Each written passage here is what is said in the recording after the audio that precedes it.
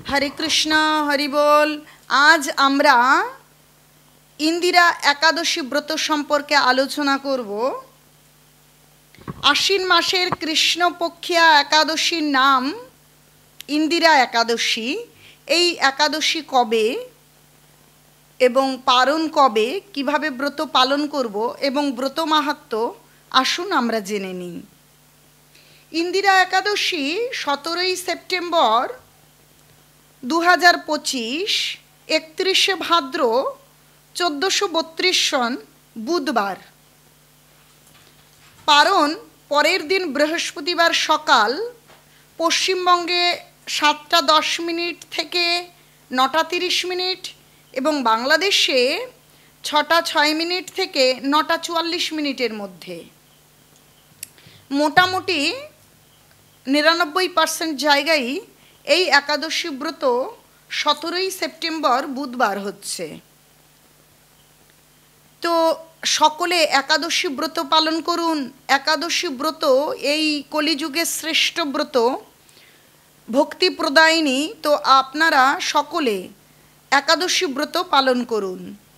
যদি কেউ নির্জলা পারেন নির্জলা করবেন, না হলে জল খেয়ে, সেটা না পারলে ফল খেয়ে করবেন। তা না হলে আলু, কাঁচকলা, পেঁপে, কুমড়ো এই সমস্ত সবজি পেতে পারেন। সানরাইজ তেল দিয়ে বা বিশুদ্ধ ঘি দিয়ে ড্রাই ফ্রুটস গ্রহণ করতে পারেন, কিন্তু কোনোভাবে পঞ্চশস্য গ্রহণ করবেন না। পঞ্চশস্যের মধ্যে সমস্ত পাপ, ব্রহ্ম হত্যা, ভ্রূণ হত্যা, পিতামাতা হত্যা, সমস্ত গুরুতর অপরাধ পঞ্চশস্যের মধ্যে একাদশীতে লুকায়িত থাকে।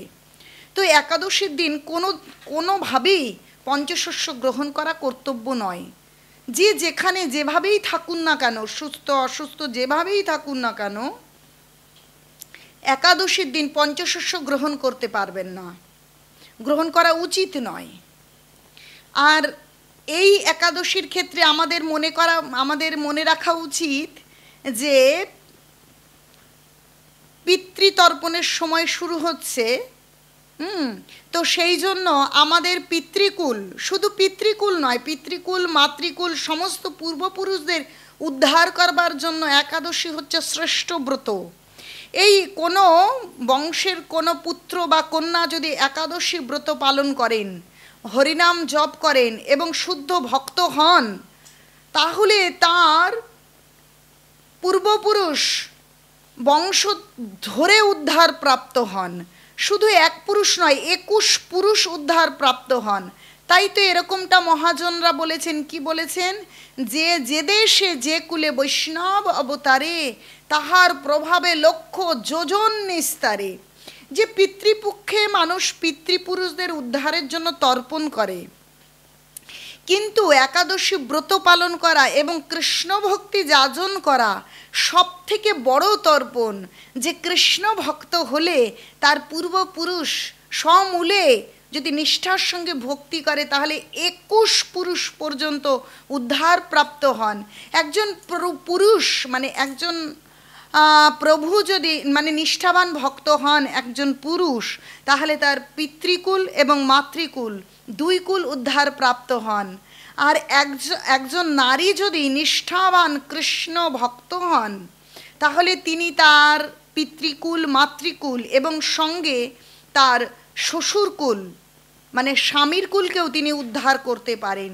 তাই আপনারা যে যেখানে আছেন সকলকে বলবো যে ভক্তি জননী মাধব তিথি এই একাদশী ব্রত আপনারা নিষ্ঠার সঙ্গে পালন করুন, ভগবানের নাম জপ করুন, গীতা ভাগবতম অধ্যয়ন করুন, ভগবানের প্রসাদ গ্রহণ করবার চেষ্টা করুন, কৃষ্ণ ভাবনাময় হন, আর নিজেকে উদ্ধার করুন এবং পূর্বপুরুষ যারা রয়েছেন তাদেরকে উদ্ধার করুন।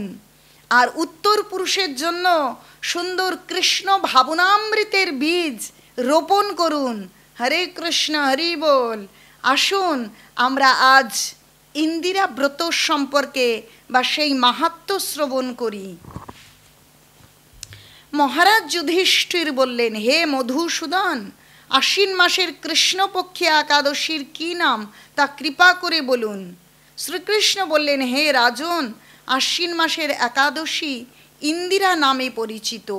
এই ব্রত প্রভাবে মহাপাপ বিনষ্ট হয়, এমনকি কর্ম বিপাকে যারা নিম্নজনী লাভ করেছেন সেই পূর্বপুরুষদেরও উত্তম গতি লাভ হয়। এই একাদশীর মাহাত্ম্য শোনা মাত্রই সামবেদীয় যজ্ঞ ফল প্রাপ্ত হওয়া যায়।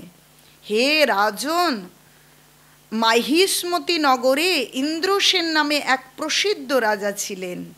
ধর্মবিধি অনুসারে রাজ্য পালনে তিনি বিশেষ খ্যাতি সম্পন্ন ছিলেন। তার বিপুল ধন সম্পত্তি ছিল। পুত্র পৌত্রাদি সহ তিনি সুখে রাজ্য পরিচালনা করতেন। বিষ্ণু ভক্তি পরায়ণ সেই রাজা নিরন্তর শ্রী গোবিন্দ নাম গানে মগ্ন থাকতেন। একদিন রাজা সুখে রাজসভায় বসে আছেন। এমন সময় দেবর্ষি নারদ স্বর্গ থেকে সেখানে এলেন। তাকে দর্শন করে রাজা হাত জোড় করে উঠে দাঁড়ালেন। দণ্ডবৎ প্রণাম করে মুনিকে আসন, পাদ্য, অর্ঘ্য আদি ষোড়শোপচারে পূজা নিবেদন করলেন। তারপর বললেন, হে মুনিবর, আপনার দর্শন মাত্র আমার যাবতীয় যজ্ঞফল লাভ হয়েছে। এখন আপনার আগমনের কারণ জানিয়ে আমাকে কৃতার্থ করুন। দেবর্ষি নারদ বললেন, হে মহারাজ, অতি বিস্ময়কর এক কথা শ্রবণ করুন। আমি এক সময় যমলোকে গিয়েছিলাম। সেখানে যমরাজের সভায় বহু পুণ্যকারী আপনার পিতাকে দেখলাম। ব্রতভঙ্গ পাপে তাকে সেখানে যেতে হয়েছে। হে রাজন, আপনার পিতা যে সংবাদ প্রেরণ করেছেন আমি এখন তা আপনাকে বলছি। তিনি বললেন, হে ঋষিবর, মহিষ্মতির ইন্দ্রসেন রাজা আমার পুত্র। তাকে বলবেন যে আমি বহু পুণ্য অনুষ্ঠান করলেও কোনো কারণবশত জমালয়ে আসতে বাধ্য হয়েছি। আপনি কৃপা করে তাকে সর্বপাপ নাশক ইন্দিরা একাদশী ব্রত পালন করতে বলবেন। সেই ব্রত প্রভাবে আমি নিষ্পাপ হয়ে স্বর্গলোকে যেতে সমর্থ হব। এই কথা জানবার জন্যই আমার আগমন। হে রাজন, আপনার পিতার মঙ্গল বিধানে আপনি যথাবিধি ইন্দিরা ব্রত পালন করুন। রাজা জিজ্ঞাসা করলেন, হে দেবর্ষি, সেই ইন্দিরা ব্রতের বিধি কি? কোন তিথি বা কোন পক্ষে এই একাদশী ব্রত করা কর্তব্য তা কৃপা করে আমাকে বলুন। দেবর্ষি উত্তর দিলেন, হে মহারাজ, আশ্বিন মাসের কৃষ্ণপক্ষে দশমীর দিন শ্রদ্ধা সহকারে প্রাতঃ স্নান করবেন। মধ্যাহ্নে ভক্তি ভাবাপন্ন হয়ে পুনরায় স্নান করবেন এবং রাত্রিকালে ভূমিতে শয়ন করবেন। পরদিন একাদশীতে প্রাতঃকৃত্যাদি সমাপন করে নিরাহারে থাকবেন। ব্রতের নিয়মাবলী দৃঢ়ভাবে পালন করবেন। হে পুণ্ডরীকাক্ষ, হে অচ্যুত, এই শরণাগতের প্রতি কৃপা করুন। এইভাবে শ্রদ্ধা সহকারে শালগ্রাম পূজা করে পিতার উদ্দেশ্যে ব্রতের ফল অর্পণ করবেন। দ্বাদশীর দিন সকালে ভক্তিভাবে শ্রী গোবিন্দের পূজা করে ব্রাহ্মণ ভোজন করিয়ে অবশেষে নিজে মহাপ্রসাদ গ্রহণ করবেন। হে রাজন, বিধি অনুসারে শ্রী হরি এবং ভক্তদের অর্চন করলে আপনার পিতৃবর্গ মুক্তি লাভ করে শীঘ্রই বৈকুণ্ঠে গমন করবেন। রাজাকে এই উপদেশ দিয়ে দেবর্ষি নারদ প্রস্থান করলেন। রাজা ইন্দ্রসেন মুনিবরের উপদেশ অনুসারে পুত্র পরিজন সহ ভক্তি সহকারে এই ইন্দিরা ব্রত অনুষ্ঠান করলেন। তখন দেবলোক থেকে পুষ্পবৃষ্টি হতে লাগলো এবং তার পিতাও বিষ্ণুলোকে গমন করলেন। তারপর রাজা ইন্দ্রসেন নিজ পুত্রকে রাজ্যভার অর্পণ করে নিজেও বিষ্ণুলোকে ফিরে গেলেন। এই ইন্দিরা একাদশীর মাহাত্ম্য পাঠে ও শ্রবণে মানুষ সকল পাপ মুক্ত হয়ে বিষ্ণুলোক প্রাপ্ত হয়। তাহলে দেখুন এই একাদশীর কত বড় মাহাত্ম্য রয়েছে। একাদশী ব্রত পালন করলে পূর্বপুরুষগণ উদ্ধার প্রাপ্ত হয়। তো এরকমটা মনে করবেন না যে আমরা বছরে একটা একাদশী ব্রত করব। একটা একাদশী ব্রত করলেন, কিন্তু বাকি একাদশীতে সেই পঞ্চশস্যের মধ্যে পাপ বিরজিত থাকে, তাহলে সেই পাপগুলো আপনার মধ্যে প্রবেশ করবে। মাসে দুটো করে একাদশী আসে, সকলে নিষ্ঠার সহকারে একাদশী ব্রত পালন করুন। কারণ এই একাদশী ব্রত হচ্ছে ভক্তি জননী। একাদশী ব্রত পালন করলে আপনাদের ভক্তি লাভ হবে। আর এই একাদশী তিথিতে আপনারা বেশি বেশি করে হরিনাম জপ করুন। যারা এখনও ভগবানের নাম জপ করছেন না, তারা অবশ্যই ভগবানের নাম জপ করতে শুরু করুন। কারণ গৌরাঙ্গ মহাপ্রভু বিধান দিয়েছেন এই কলিযুগে সংখ্যাপূর্বক ভগবানের নাম জপ করা কর্তব্য।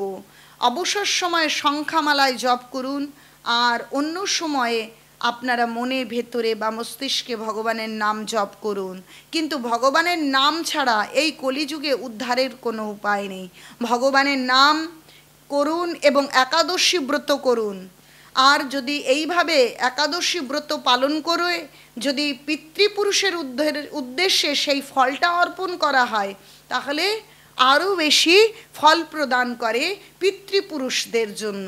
তো আপনারা কেউ ইচ্ছে করলেই পিতৃপুরুষের উদ্দেশ্যে বা অন্য কারো উদ্দেশ্যে একাদশীর ফলটা আপনারা অর্পণ করতে পারেন। কিন্তু কেউ যদি সত্যি নিষ্ঠাবান ভগবানের ভক্ত হন, তাহলে আপনা আপনি সমূলে তার বংশকে উদ্ধার করতে পারেন, তাকে অন্য কিছু করবার প্রয়োজন হয় না। তাহলে সকলে নিষ্ঠার সঙ্গে ভগবানের শরণাপন্ন হন এবং ভগবানের নাম করুন, একাদশী ব্রত পালন করুন।